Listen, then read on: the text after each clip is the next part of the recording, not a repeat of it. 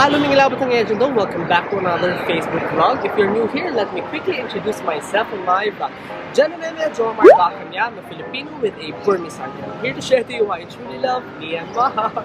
So Tha Nge Chins, we just had our morning run and we were trying to intend this vlog the other day, but Dennis got an accident. But thank God he is finally recovering now. So Tha Nge Chins, today I will be sharing to you my top 5 favorite Burmese breakfast. So, before we begin, don't forget to like, be part of that. So, the area where we are jogging is quite near the Sanchong market. So, we will be buying my favorite Burmese breakfast. So, we will be safe, we will be wearing our masks. So, let's go and walk up.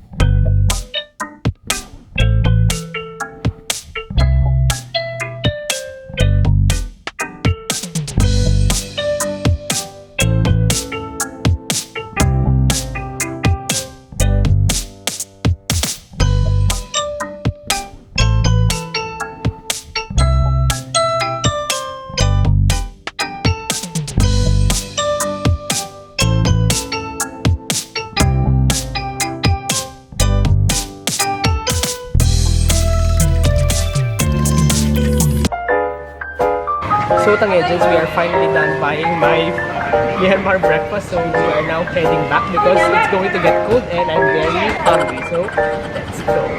A few moments later. Hi Tha Nge Chins, I'm finally home and I'm really ready to eat this breakfast because I'm really hungry. So let's eat my breakfast. First up, let's have my milk tea. This is called Lapei Ponman.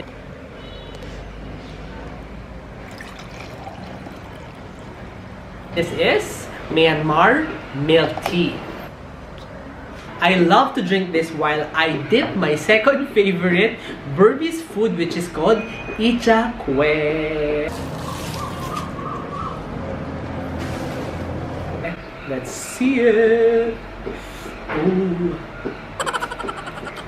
Icha Kwe is made up of wheat powder. It's so good. This actually reminds me of my favorite bread in the Philippines called Long John. Perfect combination.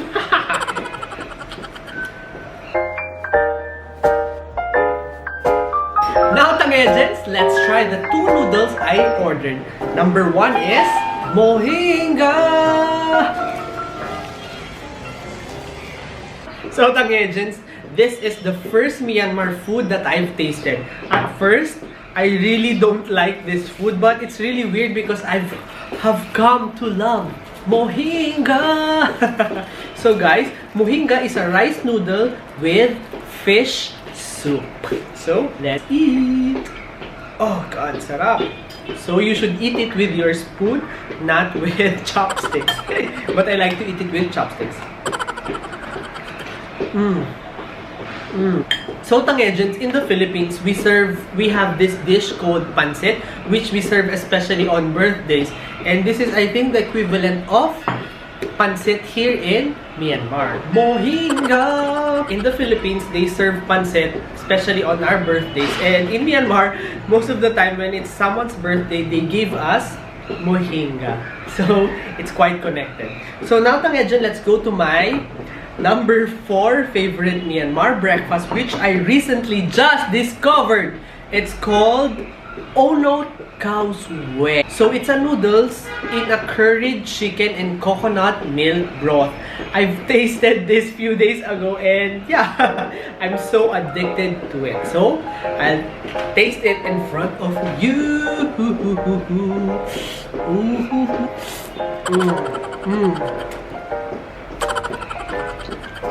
I really love the lemon in this coconut noodle.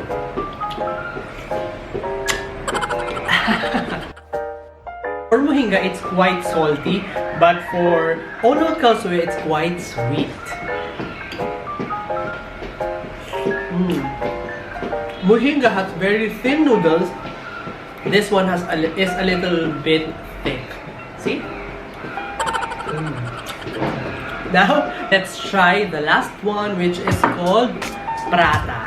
So this one. So what we ordered is bean prata.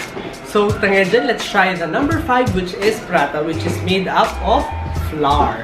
So sometimes I like it with beans, and sometimes I like it plain, and sometimes I like it with sugar. But this time, it has bean on it. So it has also onion on top of it.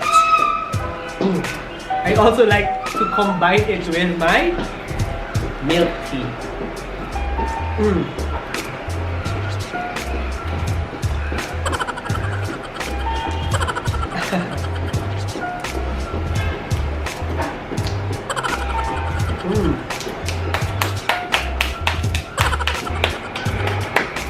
That's it, Tha Nge Chin. I will now finish all of this, but before I end, comment below what is or are your favorite Burmese breakfast that I've tasted, and also comment below what should I taste next. So Tha Nge Chin, till next time, gayuzay ba ayan chitay! Gayuzay ba ayan chitay!